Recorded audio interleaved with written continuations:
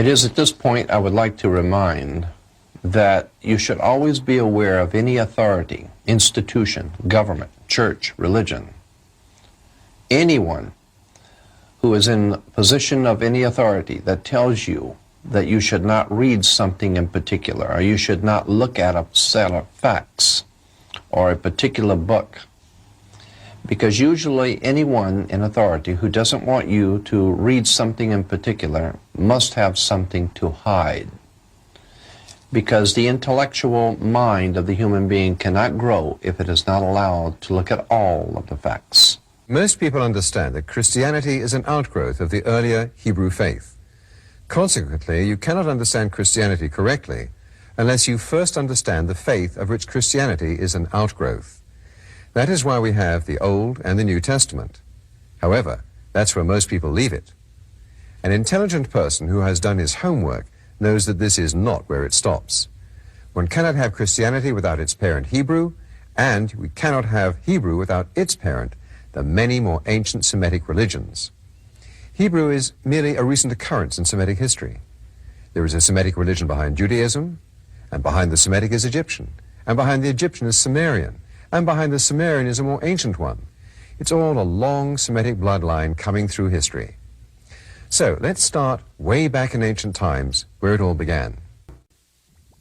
The Egyptians noticed that on their sundials, that in winter, as the sun moved further south, bringing, of course, our winter, that winter represents death, the coldness of death. And they noticed that when the sun went south, that it reached a point where it stopped in its movement and did not move any further south.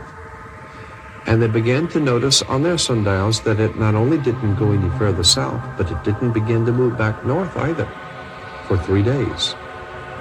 For 3 days, the sun set exactly on the sundial in the same place. Therefore, the ancients said that the Son of God dies for 3 days and is resurrected or brought back to life once it begins its annual journey back to the northern hemisphere.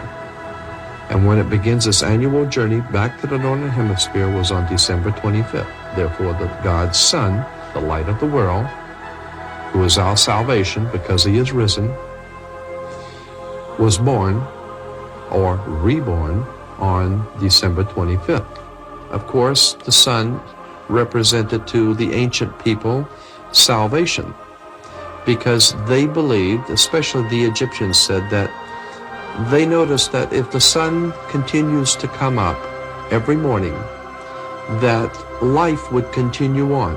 When the sun comes up, the children awake, the men go off to work, and the world continues, and the flowers grow, and there will always be life on the earth as long as the sun comes up. As long as the sun is risen, there will always be life. Therefore, the Egyptians said that the Son of God, the light of the world, represented everlasting life on the earth. Not for you, but on the earth, everlasting life. That the Egyptians realized that the sun, while burning, was giving up energy, and that the plants and the food chain on earth was receiving, along with the humans and animals, were receiving the energy from the sun. Therefore, the sun was giving up its life for us. With those developments along the Nile, long time ago, we see some very familiar stories emerging in our religious lore. Later, the Jewish nation, as it came out of Mesopotamia, seemed to have attached itself to those very familiar stories and made them very much a part of the Jewish religion. In order to understand the Old Testament and the New Testament, you have to first understand where the book comes from, who wrote it. You have to understand it in the context of the time in which it was written. I'm going to make a statement now that many people who are in denial will not want to hear, but if you give me an opportunity, I think I can prove the point. The Bible is nothing more, Old and New Testament, nothing more than a retelling of the most ancient story the world has ever known. And that's why the Bible's called the greatest story ever told. And a cursory understanding of ancient history will show that the greatest story ever told was the story of the zodiac, astrology. The Bible is nothing more than the greatest astrological, astronomical story ever told. It is pure astrology based on the zodiac. The fact of the matter is, if you've done your homework, you're going to find that the Bible is nothing more than astrotheology, the worship of God's heaven. To further understand the connection between Christianity and ancient religions, we must study astronomy. Astronomy is a very precise science that we use today in determining, for example, when we will have the next eclipse or when we will see the next full moon. As far back as we can go in history, the year was divided into 12 equal parts, just as we today divide the year into 12 months. You draw a circle representing 1 year, which is then divided into 12 equal parts, each one of which is called a zodiac or a house. The sun travels through the different houses of the zodiac.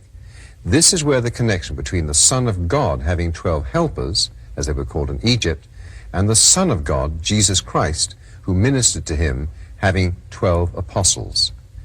After dividing the circle into 12 equal parts, it was then further divided into 4 groups. The winter solstice, from the middle of the winter across the zodiac and into the summer solstice.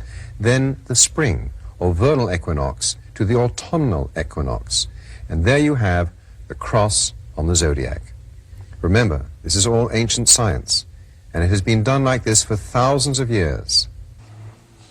Now, as I said, those who would not want to hear this are in denial. But as a teacher, I'm asking only to hear what I have to say. There is a phenomena that we call the precession of the equinox. It's a very interesting phenomena, a natural phenomena, that the sun, while we on Earth are circling or orbiting the sun itself is orbiting through the Milky Way galaxy. And it is going through the different constellations of the zodiac. And each time the sun leaves one of the constellations of the zodiac and goes into the next constellation of the zodiac, and that's all that old evil astrology. No, it's just history. It's just science. And each time it goes into it leaves one constellation and goes into another constellation, it enters the new constellation at the 30th degree. And it leaves that constellation for the next one at the 33rd degree. Therefore, God's Son begins his ministry to each one of his helpers at 30 and dies at 33. The church we're at now is a Presbyterian church, and as you would expect to find on any church, it does, of course, have a cross on top. But if you look more closely at many of these crosses, you'll find that there is also a circle within the cross. The circle is on the cross of the zodiac, and that circle represents the sun which comes up every day. But over the ages, man began to refer to this as the Son of God, and therefore it became God's Son. But what a cross with a circle in it like this truly represents is the sun waning or dying on the cross of the zodiac, and not a man.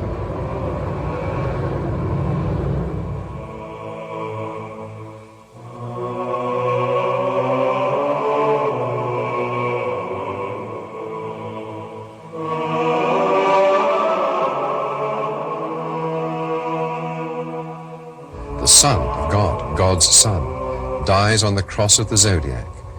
The sun, the round orb that comes up in the morning, is what is correctly pictured on the cross and not a man. This church tells the whole zodiological story, the dying on the cross of the zodiac, and this small circle surrounded by 12 helpers or houses of the zodiac.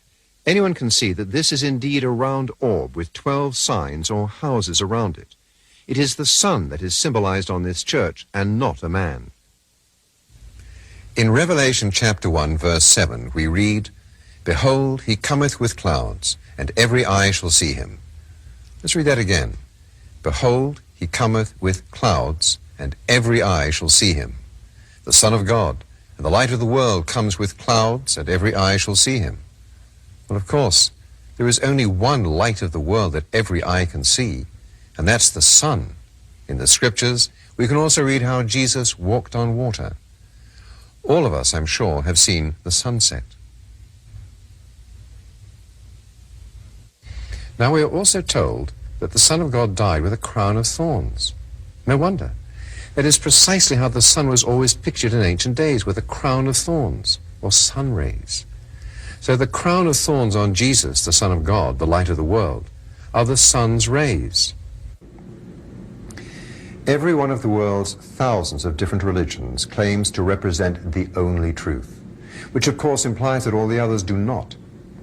So if you have chosen to be, or through parental upbringing or school education, became a believer, how can you be sure that your particular faith is the right one? Okay, let's suppose it is.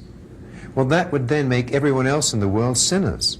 But on the other hand, if your faith happens not to be the correct only one truth, then that would make you a sinner, wouldn't it?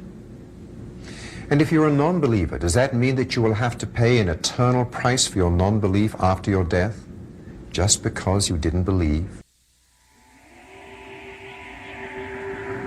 Man's religions, all from the very beginning of recorded time, even into the pre-Cro-Magnon days, is filled with symbolism and traditions.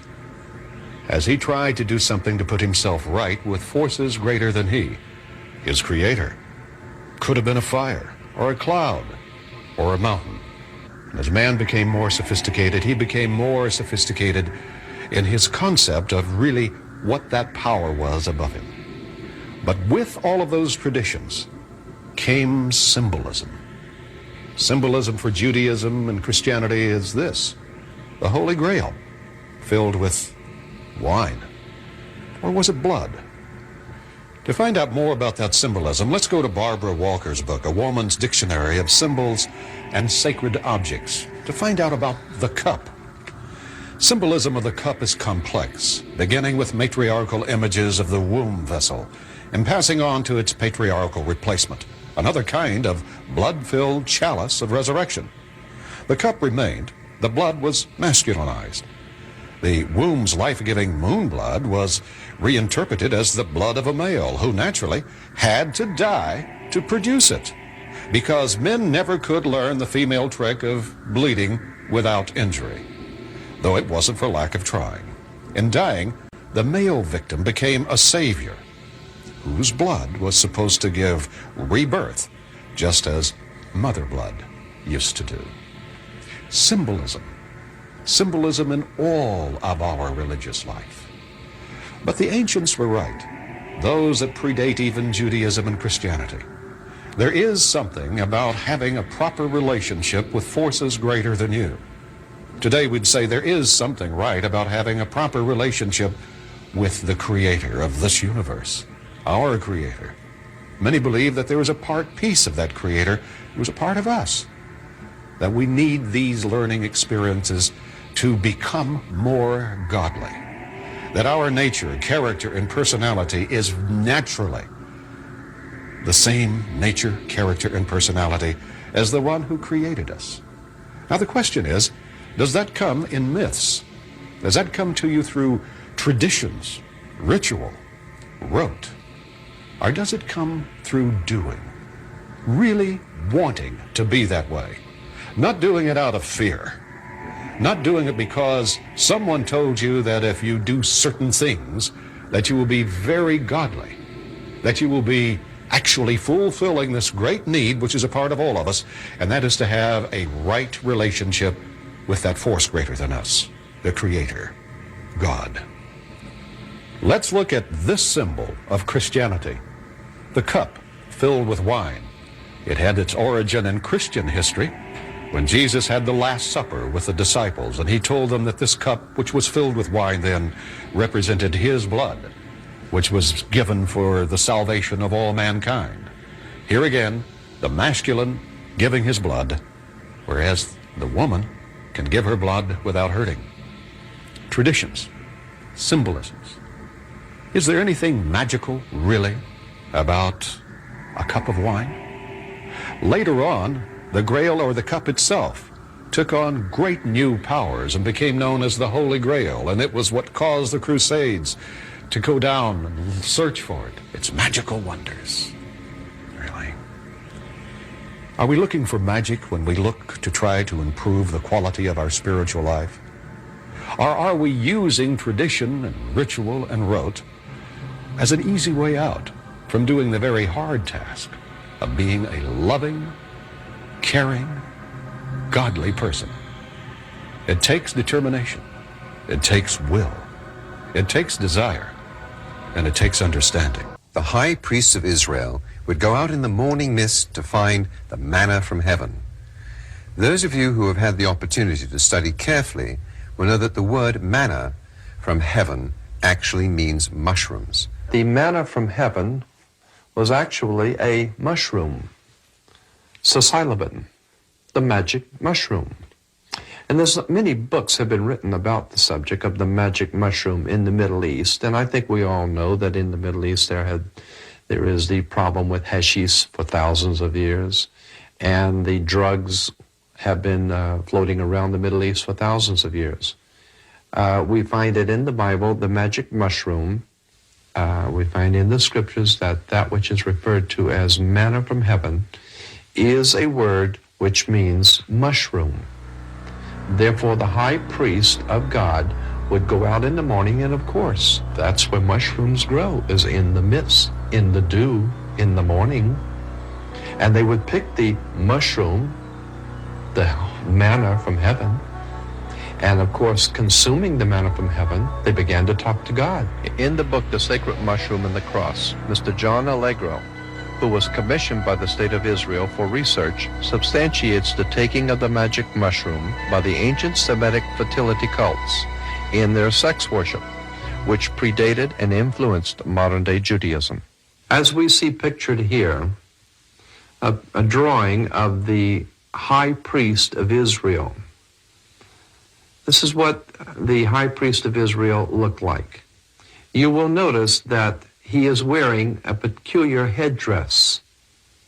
The headdress is because of the manna from heaven that the high priest consumed in their worship. The Hebrew god El was in fact a more ancient Semitic god, Saturn. And that's brought out very well for us here in Archive Orientali. Here we find in this excellent article that the Star of David, the hexagram, is actually the star of Saturn. And that's why today Hebrews worship on Saturday, Christians worship on the sun's day, God's sun, the light of the world.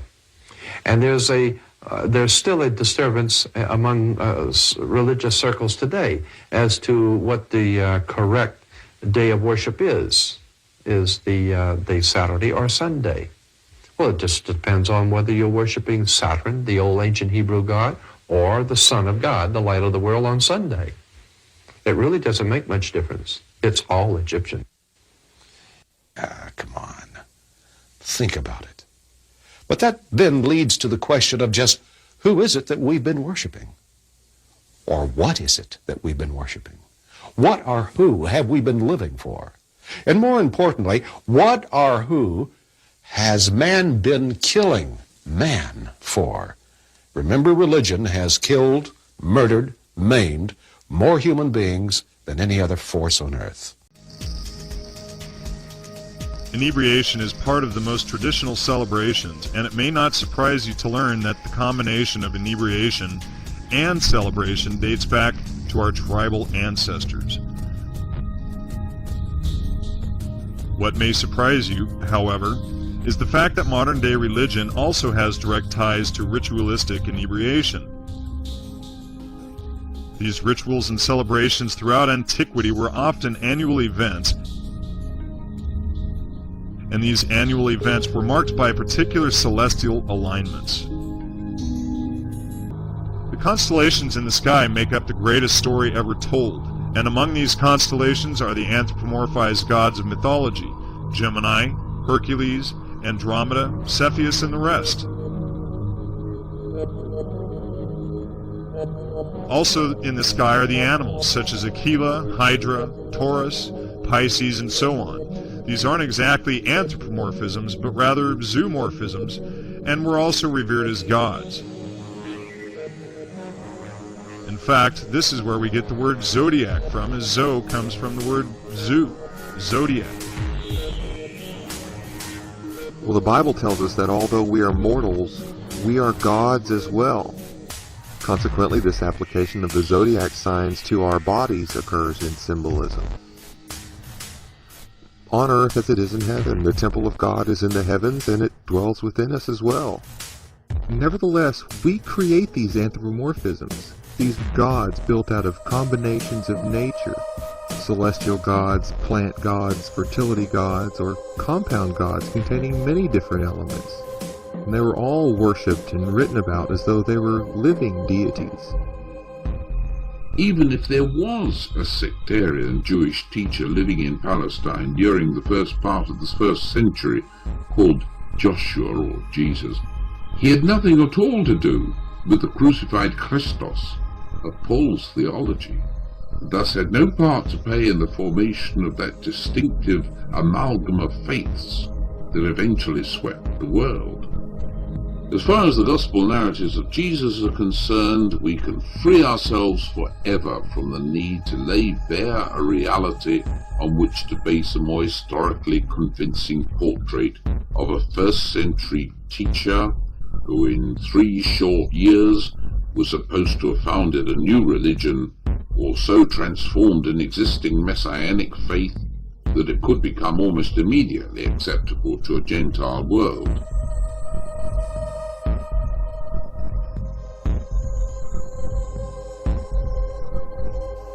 We are dealing with myth, not history. The question we now have to ask is, what was the nature and purpose of that myth?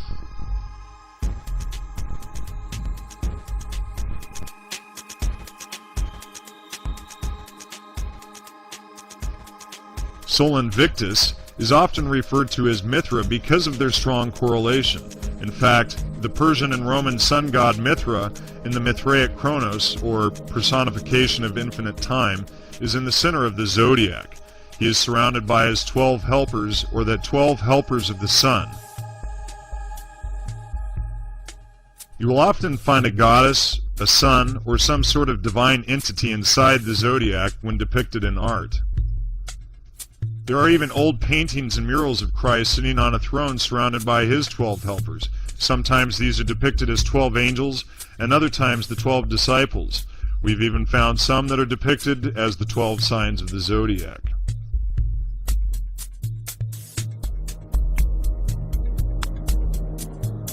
The important thing to know about the deity is that the deity is merely a character.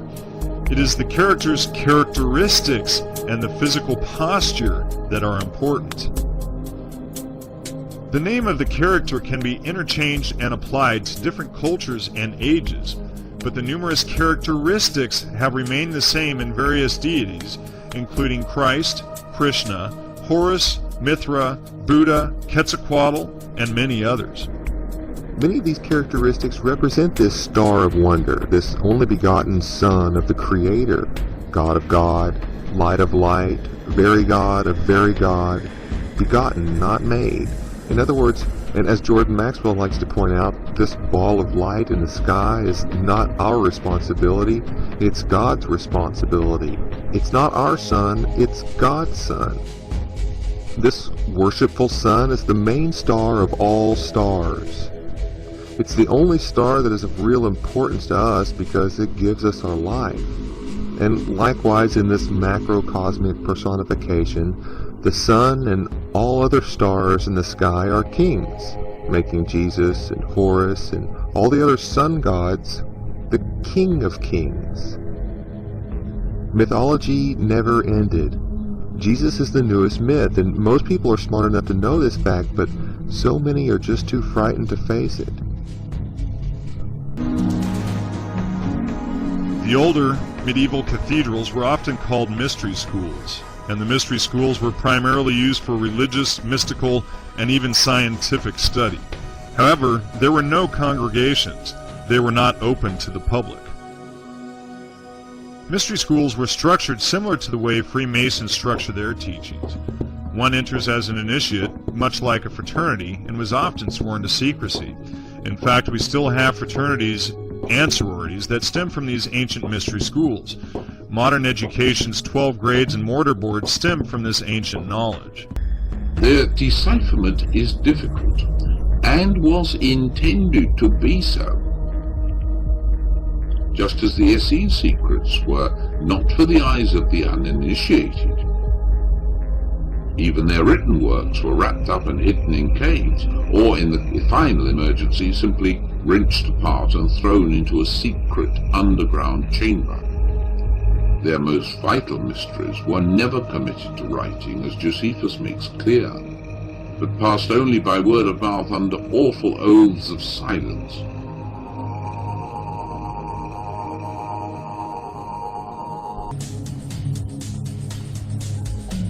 One complete great year takes roughly 25,800 years.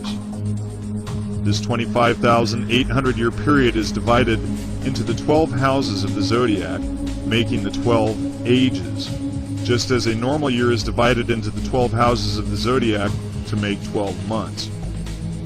As a result, we enter a new great month, or new age, every 2,150 years. Just as a normal year has 12 months, the great year has 12 ages, and they are marked with the exact same signs that we are all familiar with. But unlike the commonly understood precession of the equinoxes, which runs forward through the zodiac in the normal monthly progression or precession, during the precession of the equinoxes, we go backward through the zodiac as we enter new ages. By working our way backwards through the zodiac, we may begin to understand how the signs of the zodiac have affected symbolism throughout history. Everybody knows that Christianity is a kind of Judaism, a very extreme, almost ridiculous form of Judaism, with the Messiah given a quite non-Jewish slant and so on and so forth. Now, to an historian, religious historian, most important thing is to know where these ideas came from and how they were fused. And in nature, from this point forward, from our earthly perspective, the sun appears to be rising on the horizon, closer and closer to the south each day. It's been falling to its death since its brush with the scorpion. And every day, it's been moving further and further to the south, and the days are getting shorter and shorter. The nights are getting longer and longer, and it's getting colder and colder. On the first day of the winter solstice, December 21st, the sun will not only cease its apparent descent into this abyss, but it also stops this southerly movement. And for 3 days, the sun will appear to rise on the horizon in the exact same place.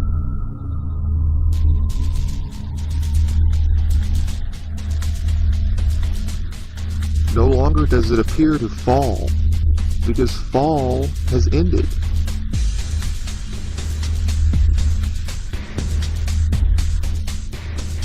After the sun has appeared to be dead for 3 days, having not moved in its usual fashion, it begins to move in the opposite direction, to the north, and the cycle continues.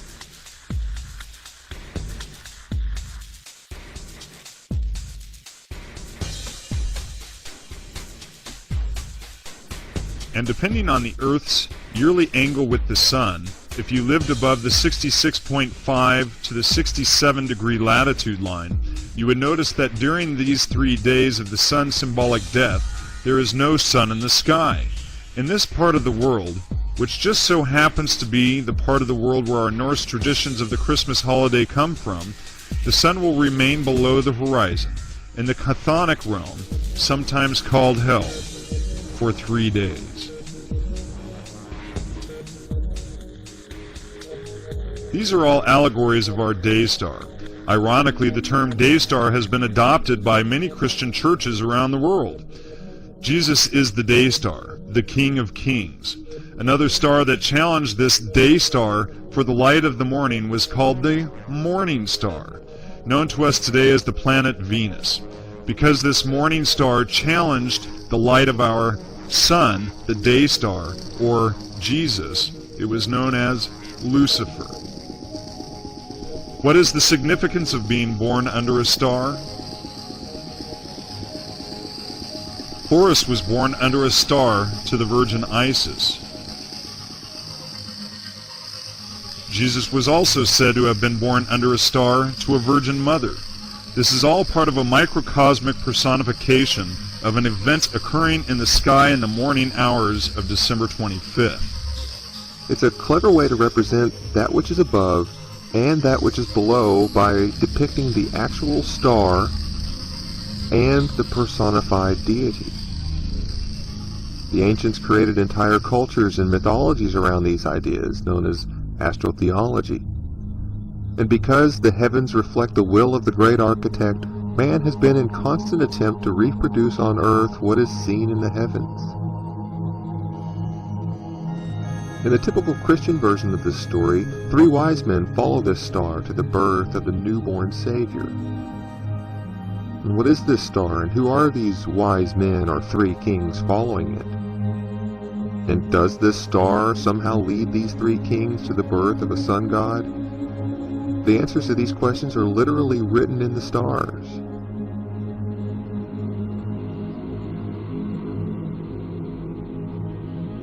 During the Christmas season, you can go outside at night and look to the east, and there on the horizon you will see the real 3 kings of the east. And they'll be following the brightest star in the sky. And these stars mark the location where the sun will rise on Christmas Day. This was even more obvious 2,000 years ago when these legends began, but they can still easily be seen today. These stars will not be in this location at other times of the year. They sweep down to form this alignment during the solstice, or during the Christmas season. It's rather precise, actually, and you can see it with your own eyes. If you go outside during the evening in mid-December, look to the eastern horizon, and wait until you see Orion's belt rise on the horizon, you'll notice that it's been dark for quite some time while you wait for this to happen. But if we wait 1 month and go outside during the evening in mid-January, the sky will look completely different. Now, when you look to the eastern horizon and wait until you see Orion's belt rising on the horizon, you will notice that it's too light outside to see any stars, and Orion's belt cannot be seen on the horizon. But if we go back to December 24th, Christmas Eve, and you go outside and you wait until you see Orion's belt appear on the eastern horizon, you will notice that these 3 stars appear to begin their journey across the sky immediately at dusk. This constellation rises on the horizon just when the sky is dark enough to expose the stars. And these stars travel further across the night sky on Christmas Eve than they do any other night.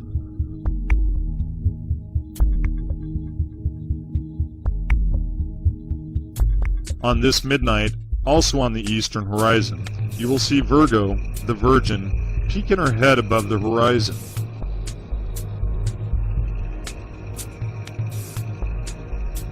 By 3:30 a.m. on Christmas morning, the Virgin is completely above the horizon.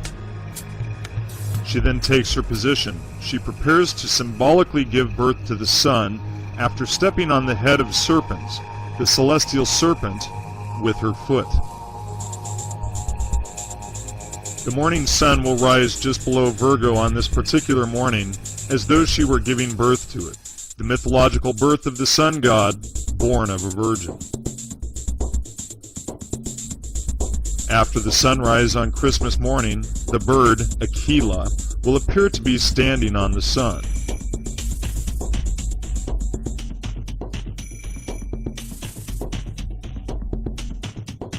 If we swing around to the west at this very moment, we will see the serpent Hydra winding its way around the horizon.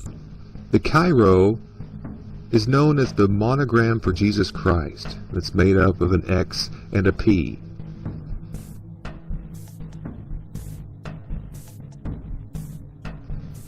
The Greek name Rho Chi is the universal symbol for pharmacy or drugs. It is the recipe for the pharmacy and the drugs. And again, Greek was the original language of the New Testament.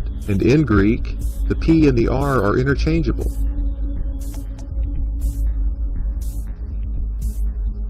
So if we take this X in the monogram of Christ and move it from an overlaid position to an inline position, the RX is revealed.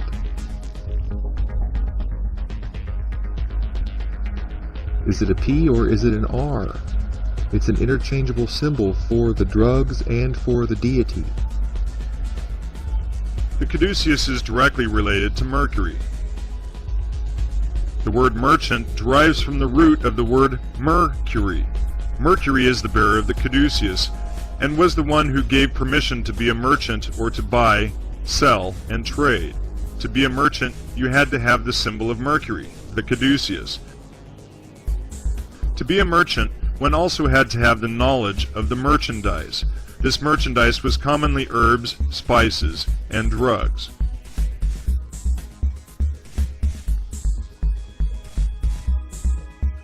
The coins used during this period were used to purchase these goods.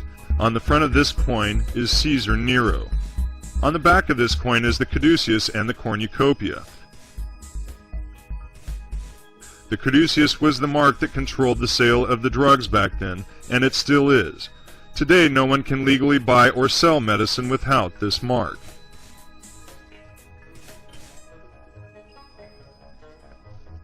Today, the dollar sign is likely a representation of the caduceus. We can still not buy or sell anything without this mark. And, as a reversal of the single and dual snakes climbing the staff of Asclepius and the caduceus, the dollar sign is represented with a single serpent and both single and dual vertical lines.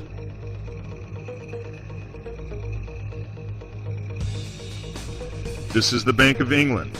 Inside the dividend office, notice the caduceus on the walls. Human beings are the only creatures capable of the process of logical thought, of imagination, and of questioning everything around them. In fact, the very evolution of humans has been dependent upon our ability to seek, find answers, and adapt.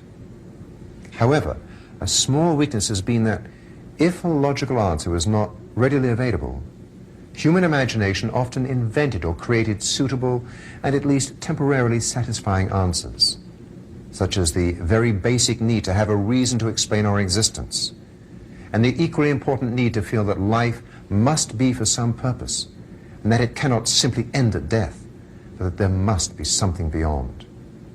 This remains as true today as it was for ancient man. Consider again how little ancient man knew compared to us. In order to create some livable with explanation, gods and myths had to be created. All questions require answers, real or created, so that we can get on with life. So perhaps we can also understand why people sometimes killed or sacrificed other human beings to satisfy or placate the angry gods of nature. For example, to try and stop Thor from hurling a thunderbolt specifically at you. At the time, man didn't know any better. Supposedly today, we do know better. Sometimes you, like me, may wonder if we really do. Despite the existence of many larger and more powerful creatures in the jungles, man became and remains today the undisputed ruler of the earth for one simple reason: his mind. To make the closest analogy, we are both smaller and weaker than gorillas, but our minds are considerably more powerful and sophisticated. And yet, we continue to shed blood today, perhaps even more than before, and still in the name of the same god or gods and the same myths. Haven't we learned anything? Ancient man had to contend with countless areas of ignorance, which over the centuries gave way to informed enlightenment, with just two glaring exceptions. we still persist in the ancient ignorances of religion and myths, two words which have one definition in common. They are both nothing more than beliefs. Look at it this way. Would you consider running your business according to an instruction manual written some 3,000 to 4,000 years ago, and then translated 20 or more times before you read it? I very much doubt it. Yet many of us unquestioningly base the entire conduct of our lives on just such a manual, a collection of stories called the Bible. It is not merely having a superior mind that has allowed man to rule or dominate the earth, but by using it to create the ever-increasing array of technical wonders, sadly all too many of which are devoted to the sole purpose of destroying fellow man. That mind has not really changed much over the last few centuries, but because some brave people refuse to accept invented, convenient, or expedient answers, such as the earth being flat. Do you know it was once religious heresy, punishable by death to believe otherwise? And instead they continued to question and explore until such time as a logical and provable answer could be ascertained. Because of that, we have been able to progress from caveman to modern man, but still with the previously noted and glaring exception of religion, where we still stubbornly cling to unproven and unprovable centuries-old myths. Moreover, many religions tell their followers not to think, but to blindly follow their moral dictates, just as soldiers are drilled not to think, but to blindly follow orders. Isn't it strange how the orders issued by both religious and military leaders are often exactly the same? Go out and kill some of your fellow human beings. And both of them justify their killings in the same way, as being in the name of God. Surely our inbred, unique ability to think and reason was intended to be used to its fullest extent and capacity. So why the exceptions of religions and the myths on which they are based? Religions which still set out to keep people in ignorance. For instance, the Jesuit Index of Forbidden Books was described by Catholic brother Paolo Sarpi as the finest secret device ever invented for applying religion to the purpose of making men stupid. Religion which caused Cardinal Gaspari Contarini to state, "I cannot hide my indignation that some of the most illustrious Catholic cities are tainted with moral plague and loose ways to such a point that many monasteries designed to shelter virgins have now been turned into brothels. Can there be anything more abject and infamous?" Religion which caused Archbishop Marcel Lefebvre to comment in 1977, "The church is full of thieves, mercenaries, and wolves."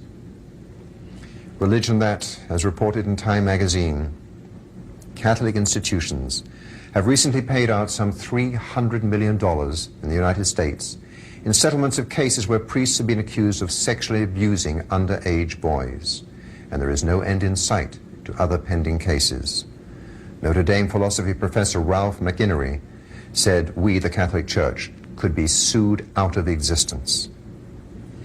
Religion where in Saudi Arabia they have a special religious police force to enforce religious laws, and where religious leaders this year called for the execution by beheading of 9 women whose dreadful crime was that they actually dared to drive cars, and where the same religious leaders also wanted to behead every man who did not wear a beard, the purported crime of secularism. Religion where, according to Reuters, a resident of an ultra-Orthodox quarter of Jerusalem was excommunicated by his local religious court for the sin of possessing a defiling and disgusting object, a television set. I could go on citing examples like these for hours, but I'm sure you've got the idea.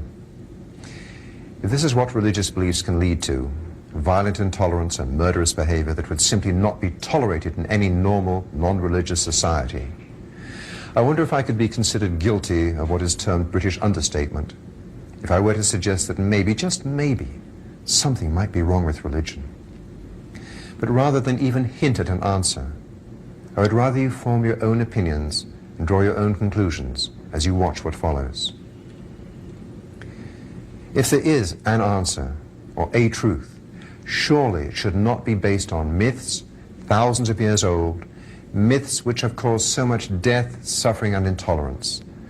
There must be something more positive and benevolent than religion's enslavement and brainwashing of its followers with fear and threats of eternal damnation.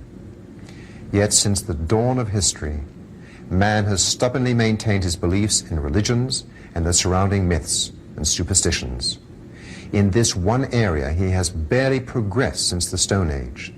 Surely it is finally time, in fact long overdue, to open our eyes and take a good hard look at the facts, and only the facts, of what we call the naked truth.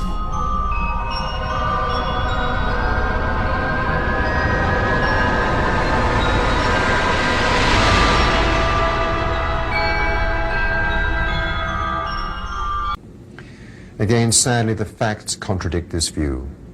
As in most countries where religion is widely practiced, there are more social problems and more crime than in many other countries where the practice of religion is less common. So the equation that being religious equals being a godly or good person is a long way from being universally true. And by studying the facts of history, we will find that it has never worked this way. Of course, one must acknowledge that, as with any rule, there are exceptions. But the godly or good persons are distinctly in the minority compared to all the evil that has been committed and continues to be committed, all in the name of religion and God.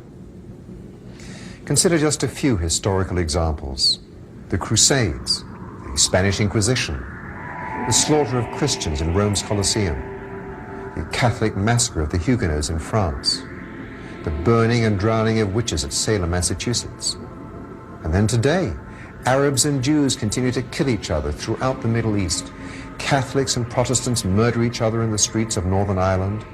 Hindus and Muslims assassinate and massacre each other in India and Pakistan. And Christians and Muslims decimate each other in Beirut. As religion is the cause of all this slaughter, religion cannot possibly be the solution. It is not only murder and torture. How about the daylight robbery and extortion through implied threats and induced fear of your money by self-centered, corrupt, and sex scandal-ridden televangelists? These people, with their artistically groomed and moosed flowing locks, their fashion designer clothes, I'm talking about the men, and the women with their thick makeup, garish lips, and false eyelashes. Have you ever seen such vanity? And religion is supposed to espouse humility. What we will now offer you are facts, not fiction, myths, fairy tales, and allegory. However, as is often the nature of facts, they will probably be very uncomfortable for many people. They will undoubtedly shock and anger some of you, as they will challenge age-old beliefs and the very basis of the religious belief system on which you may have based your whole life. But these facts cannot possibly be as shocking and ungodly as the death, destruction, robbery, and suppression of truth that for centuries has epitomized the practice of religion. And please remember that I deliberately said, offer you facts, as it is not our intention to be like so many missionaries and other religious proselytizers whose purpose it is to force you to change your beliefs under the threats of hellfire and eternal damnation if you don't. We just want you to listen, watch, and make up your own minds. In order to better understand what we humans are today, and so what we are likely to become tomorrow, we need to look back and study our origins and where we came from. Try now to imagine Earth in prehistoric times, a place filled with a multitude of dangers, giant animals and reptiles, huge predators, earthquakes, volcanoes, tornadoes, and meteors, and the subsequent fear and hostility such an unfriendly environment would breed. If you could be a time traveler and be spirited back to these ancient times, complete with all the sophisticated modern knowledge you now have, admit it, you'd be scared to death. I know I would be. Now try to imagine what it must have been like for these ancient people, totally devoid of all the knowledge we now take for granted about the awesome forces of nature. A volcano erupts, destroying everything in its path.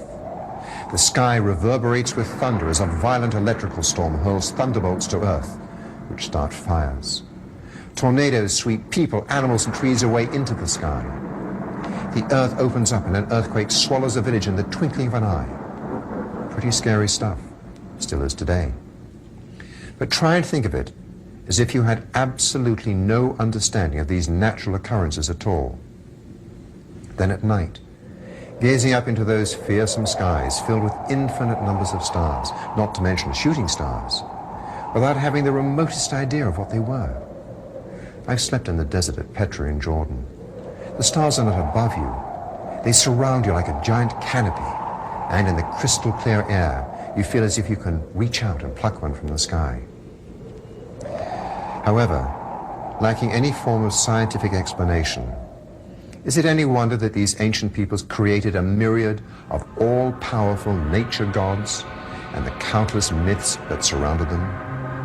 The gods which have been worshipped and sacrificed to for thousands of years since. For example, it was the mighty Thor who, when angry, struck his anvil with his hammer and created thunder, and the same Thor who, from his abode in the clouds or heavens, flung his lightning bolts at the terror-struck mortals below. If, alone in the dense forest, you, hardly surprisingly, felt fearful, and you sensed the presence of an unknown threat, well, that had to be the forest god, Pan, from whom we get our word panic. And at night, when it became cold, dark, dangerous, and downright frightening, without a convenient and comforting light switch, who else came out to rule but the fearsome Prince of Darkness? Freemasonry has made arrangements to organize, direct, finance, and control different segments of society in our country and throughout the world. We have some interesting titles, some very interesting book showing Freemasonry, the Order of Malta with the Pope, Rome, the double-headed eagle, England, Freemasonic symbols, all Freemasonic in relation to Christianity, or should I say Jehovah's Witnesses' brand of Christianity. We have such books as Christian by Degrees, Masonic Religion Revealed in the Light of the Faith in Jehovah, Testament for a New World, given to us being the 7 books containing essential spiritual wisdom, given to us by the Knights Templars. The table of contents reveals the Book of Jehovah and the Book of Jehovah's Kingdom on Earth, Jehovah's Kingdom on Earth with the Knights Templar emblem. We see that Jehovah's Kingdom on Earth is nothing more than a Masonic kingdom, like the British United Kingdom. Jehovah's Witnesses, along with the Mormon Friends, Seventh-day Adventists, and as we said, all the other York Rite Masonic cults in America are spreading. They are the shock troops, so to speak, for Freemasonry to take the message of the kingdom to the rest of us in this nation to accept their Masonic kingdom. And they, unbeknownst to themselves, are the forerunners for a new world order that they have no idea in this world is coming. They have been duped, and they are too proud and arrogant to understand that. Here we have a book called The Teachings of Freemasonry. And we'll find that on the book of Teachings of Freemasonry, you have the Jewish Star of David, because in fact, Freemasonry is Jewish. Freemasonry has always known that its greatest enemy in Western civilization is Rome. And that's why there has always been this animosity between the Catholic Church and Judaism. There has always been this animosity between the Catholic Church and Judaism. The Jews were persecuted in the Old Country, in Europe, And there still remains then animosity between Judaism and the Catholic movement today. But not because of religion, but because of the secret societies that operate behind both of those organizations. You might be interested to know also that the Pope's headdress, the papal headdress, goes back to an ancient Jewish headdress. And of course the Pope wears the yarmulke, and so does the cardinals wear the yarmulke. But in particular, the Pope's headdress is shown here as Freemasonic. This is from a Freemasonic research book, a volume on Freemasonry and the garb of Freemasons. And here we have one Freemason with the Jewish breastplate and the papal headdress. We have other Masonic garb, showing that when we see the Pope and we see the priest, we see religious movements throughout the world, their garb, it's all Freemasonry. I think those among us that are concerned with the race issue throughout the world might be interested to know that here's another Freemasonic Brotherhood of Power, an expose of the secret Africana Brotherhood, Brotherhood, Freemasonry. So when we see what's happening in South Africa, it is no great wonder that South Africa's greatest friend is Israel. We respectfully submit that it is time to wake up to the most serious problem that we face as a free society. Speaking of time, the new edition of the magazine tells us that it's high time, like the owl, to see things that have been kept in the dark. This will not be difficult because the truth has been hiding in plain view all along. In the Congress resides the American symbols of power, known in the dictionary as the fasci. The fasci itself is nothing more than an ancient symbol of an ancient priesthood from an ancient world. The axe, which explains why in the Second World War the powers of Hitler were called the Axis powers. The fasci was used by the priesthood of the axe in the ancient world, and by Adolf Hitler, by General Franco, Mussolini, and many other underworld fascist movements and mafia-style organizations, commonly understood to be called the untouchables. As I said at the beginning, and as even Time magazine has obviously had to admit, our leaders are the best that money can buy. They've sold you out to a hidden agenda a long time ago. Now you have just seen the faint outline.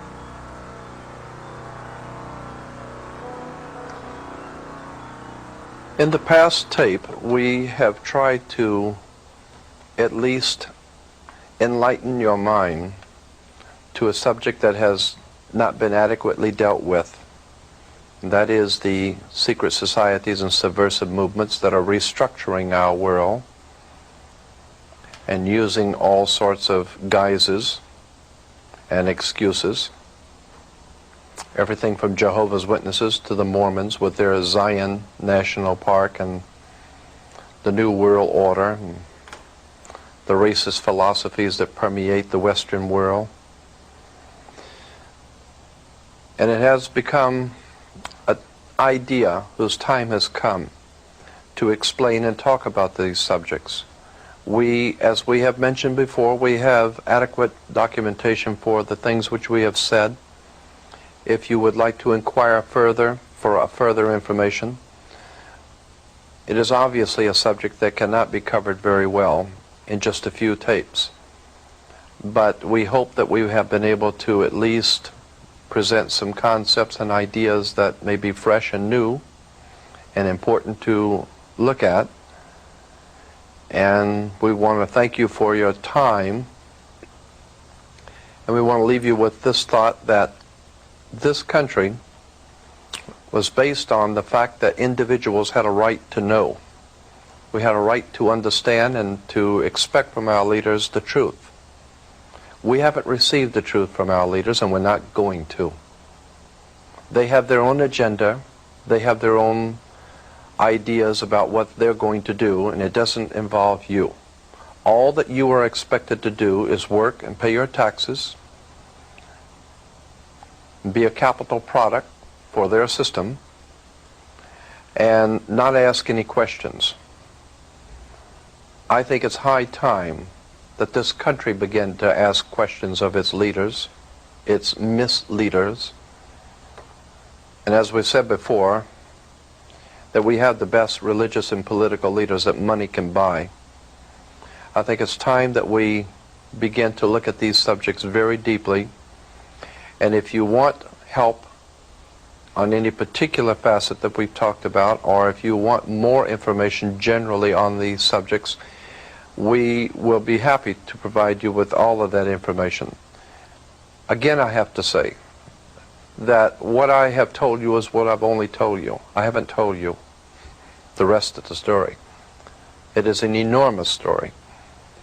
Of course, when you go to college and university, or even graduate from high school, you come out with as we said, a black robe, which is black for Saturn, the god of Hebrews, and the square mortarboard. The square mortarboard is, of course, Freemasons use mortarboards for their plaster. So that's why you wear a square mortarboard when you become an alumni. It all has to do with Freemasonry. It all has to do with the control of education in this country, the control of our religious thinking, our minds, our government, our money, our lives.